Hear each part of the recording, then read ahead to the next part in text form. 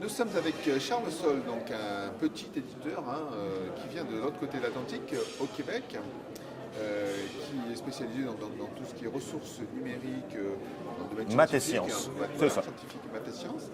Et donc il est venu sur EduSpot, donc il traverse l'Atlantique pour ça, et on a souhaité le rencontrer parce qu'il s'aperçoit que c'est plus compliqué en France justement de mettre ses ressources dans les académies au niveau national, c'est ça, Charles? Oui, ça fait 10 ans que je suis à Québec. Ça fait que 2 jours que je suis à EduSpot.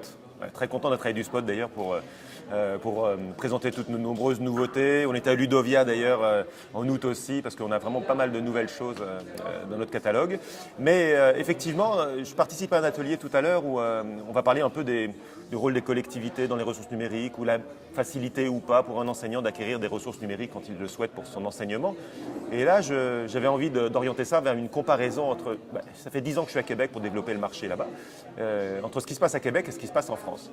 Alors d'ailleurs, je peux peut-être même commencer, j'avais fait des petits graphiques que je vais présenter pour dire que la distinction déjà dans le système scolaire ou éducatif entre le Québec et la France, c'est que côté Québec, comme vous le voyez, il y a des écoles primaires, enfin l'école primaire, l'école secondaire, et puis des cégeps, ça n'existe qu'à Québec. Et puis ça pourrait se mettre un peu en face de nos écoles maternelles enfin élémentaires et maternelles, et puis le collège, lycée, côté France. Si ce n'est qu'il y a une petite simplification, c'est que, comme vous l'avez peut-être vu sur le schéma, une commission scolaire va gérer le primaire et le secondaire, les deux ensemble. Et puis de l'autre côté, je sais que l'argent va être plutôt sur les mairies, donc on en a très peu, les conseils généraux et conseils régionaux. Mais je dirais même que là où ça se complique encore plus, c'est que quand je vais vouloir faire des opérations sur les TIS, que ce soit matériel ou même contenu ou formation, ou etc., ce qui va être assez compliqué, c'est que, je vous remontre un schéma, je vais avoir besoin d'experts pédagogiques qui vont choisir des ressources, d'une expertise, je vais avoir besoin de budget pour ces ressources, de formation. Eh bien, là aussi, ça reste très compliqué parce que d'un autre côté, Québec, j'ai juste ma commission scolaire en la personne du petit bonhomme vert qui va être le conseiller pédagogique. Il y en a plusieurs par discipline, conseiller pédagogique TIS. Et de l'autre côté, là, ça va commencer à être pas mal dilué entre, disons, certains financements pour les ressources qui vont être côté collectivité, alors qu'il y a le canopé ou le rectorat, l'inspection académique, la DAN, une cellule TIS, même le ministère qui vont peut-être embarquer au niveau des ressources. Mais le vrai problème pour moi, c'est qu'à ce moment-là, si je suis enseignant et que je veux me doter d'une ressource ou d'un matériel ou quoi que ce soit, même d'un livre en fait, j'ai un chemin qui est très facile côté Québec, c'est que je téléphone à mon conseiller pédagogique. Il est assez local, hein, une commission scolaire ne va pas gérer toute la province. Mais j'ai un interlocuteur qui lui a cette expertise pédagogique, en charge des formations et a l'argent. C'est-à-dire, l'enseignant en France, si jamais il contacte l'une des personnes que j'ai mis sur mon petit panneau complexe côté France, avec la DAN, l'inspection académique, Canopé, le référentisme, etc., mais toutes ces personnes n'ont pas le financement et le budget pour assumer leur choix pédagogique. Alors on embarquerait d'autres personnes.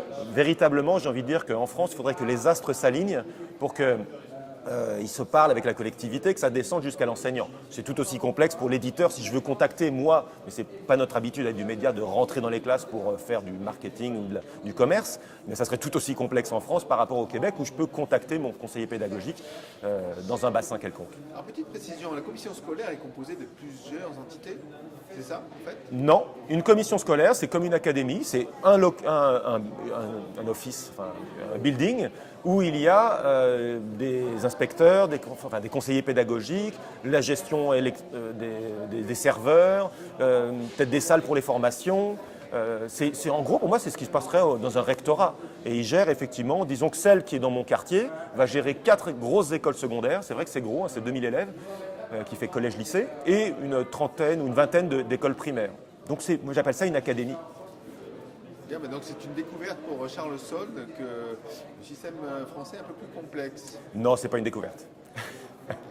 Mais j'imagine qu'il y a d'autres atouts dans cette décentralisation. Je parle du côté ressources, je ne suis pas en train de jeter l'opprobre, la pierre ou quoi que ce soit. Mais c'est complexe. Je vous avoue que c'est très complexe et que je n'explique que par ça et non pas par l'appétence du numérique. Le fait qu'en France, j'ai 4 collectivités et quelques écoles qui sont abonnées à nos ressources. On sait qu'ils les adorent, on voit les fréquentations.